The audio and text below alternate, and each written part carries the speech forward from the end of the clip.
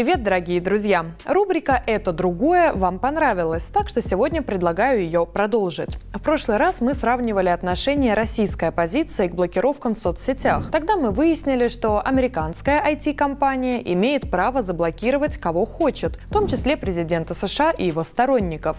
А на IT-компании в России это правило не распространяется.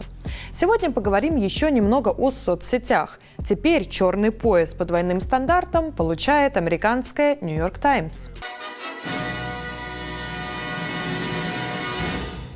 Telegram, инструмент продвижения демократии, оказался под ударом из-за новых фанатов из числа наших крайне правых. Да, в этой статье великолепно все, начиная с заголовка. Кстати, одно из моих последних видео было посвящено как раз тому, как США начали активное наступление на Telegram, за которое они вместе со всевозможными правозащитными организациями так долго боролись. Даже обращения в Совет ООН писали. Ссылка на выпуск будет в описании, обязательно посмотрите. Но вернемся к статье New York Times. Автор материала, журналист-расследователь Майкл Швирц, выносит в подзаголовок следующую мысль. Telegram помог демократическим движениям в Иране и Белоруссии, но теперь его проверяют на безопасность, потому что в США мессенджер стал убежищем для экстремистов и сторонников теории заговора. Они бегут в Telegram из-за жестких действий со стороны Фейсбука и Твиттера в отношении дезинформации. Это так хорошо, что даже не знаю, как прокомментировать. Я еще волновалась, что не смогу регулярно находить материал для рубрики «Это другое». В общем, демократическое движение, оно где надо демократическое движение, а вот в США Telegram стал убежищем для экстремистов.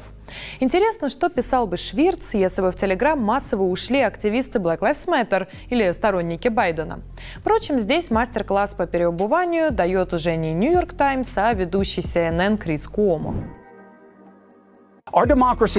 Наша демократия едва не была уничтожена, это не преувеличение. А что, если бы они пришли с оружием? Не дай бог, это не должно остаться безнаказанным. Многие смотрят на протест как на проблему. Нет, проблема — это то, что выводит горожан на улицы. Покажите, где в Конституции сказано, что протестующие должны быть вежливыми и миролюбивыми.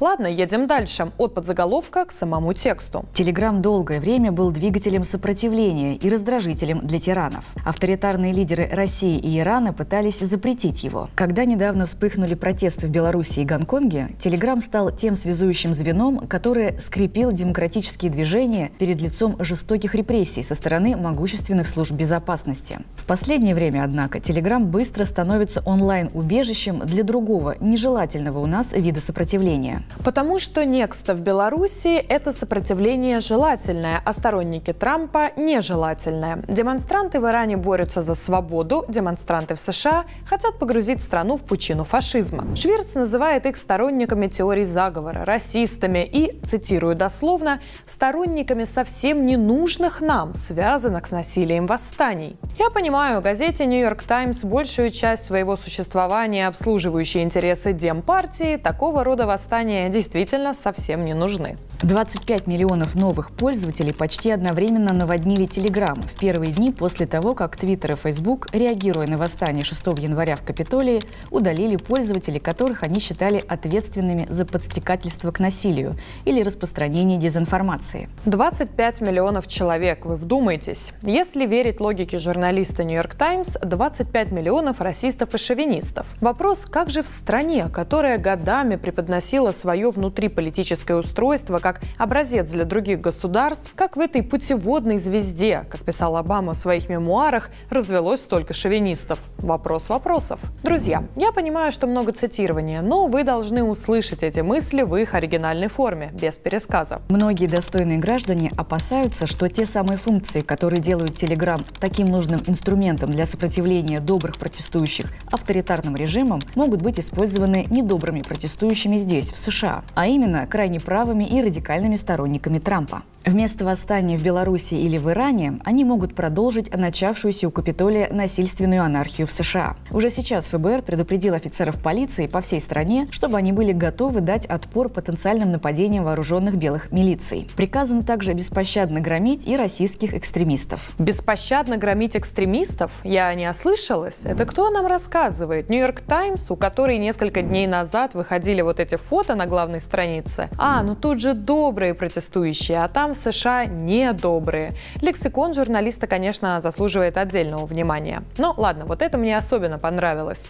Вместо восстания в Белоруссии или в Иране они могут продолжить начавшуюся у Капитолия насильственную анархию в США. Ну а насчет этого Швирц может не беспокоиться. Сначала господин Дуров приветствовал наплыв новых пользователей. Он раскритиковал своих американских конкурентов за исключение этих людей, предположив почему-то, что это исключение было попыткой США ограничить свободу слова. Однако в прошлый понедельник, в преддверии инаугурации президента США, господин Дуров кое-что понял. Он объявил, что его команда заблокировала сотни сообщений с американских каналов, призывающих к насилию как раз накануне инаугурации. Здесь я еще раз порекомендую свое же видео на эту тему. Там я подробно об этом рассказываю. Главный вопрос заключается в том, закроет ли Telegram США.